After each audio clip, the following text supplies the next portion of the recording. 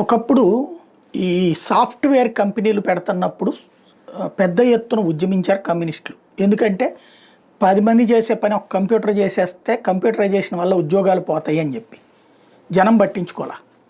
ఫలితం ఇప్పుడు ఉద్యోగాలు వచ్చినాయి, ఉపాధి వచ్చింది, దాని ఆధారంగా మరికొంతమంది. కాకపోతే కష్టపడక తప్పని పరిస్థితి ప్రతి ఒక్కరిది. కష్టపడే వాళ్ళకి లైఫ్ ఉంటుంది, పడనోడికి ఎప్పుడూ లైఫ్ ఉండదు.